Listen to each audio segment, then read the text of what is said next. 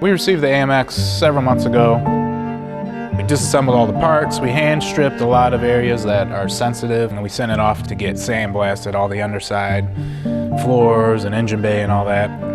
You know, then we got it back, and sandblasting always uncovers a lot of surprises. This car was no exception to that. We found a lot of interesting fabrication work in the engine bay. That's where we're going to start. How did I get involved? Why did I get involved? That's a good question. Basically peel the onion back, pull things apart that's there. You know, I expect to run into some corrosion, some body damage here and there. A lot of it was just kind of patchwork together. Things were cut, rough cut if they didn't fit or if they were having issues, and just stuff was kind of hodgepodged and grafted back together. A lot of the handmade stuff, you know, the hood openings. Originally it was closed, but the cars was getting the radiators up here in the front. Wasn't getting enough airflow, so they ended up opening this all up. Just cutting it by hand. Just hacking a hole in it to get the air through.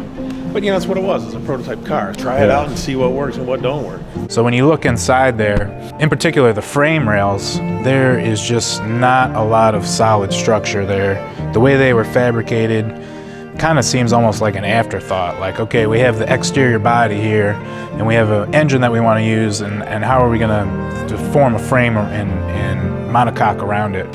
These exhaust ports, I have those here. So you've got these exhaust ports.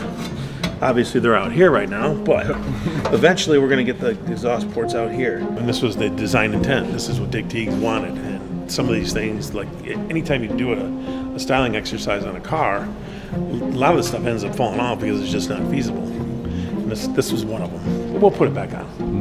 We'll make it work. You know, after we got it back from media blasting, and we found a lot of structural issues, frame issues, basically all stuff that will need to be corrected.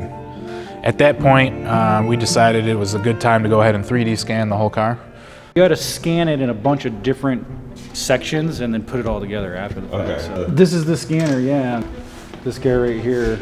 So this projects basically like a QR code, and then the 3 cameras, it takes a bunch of basically frames, shutter frames, you know, it takes a bunch of pictures, and because it knows the dimension of each little square in the code, when it projects onto a surface, that square deforms, and then it knows the new point locations. When it does that, you know, 2,000 times in a minute, it then can calculate the surface. It's got to see all the angles. This is the type of technology you need to really bring something back from the past, you know?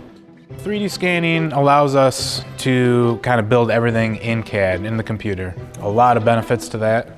One, the owners are not here, so to be able to interact with them and so they can approve design changes on the fly.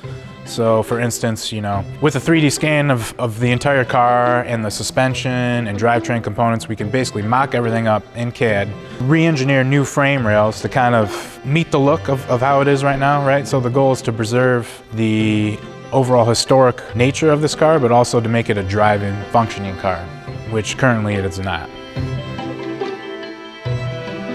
I'm very excited. It's been taking a long time trying to get the bones done. That's the hard part.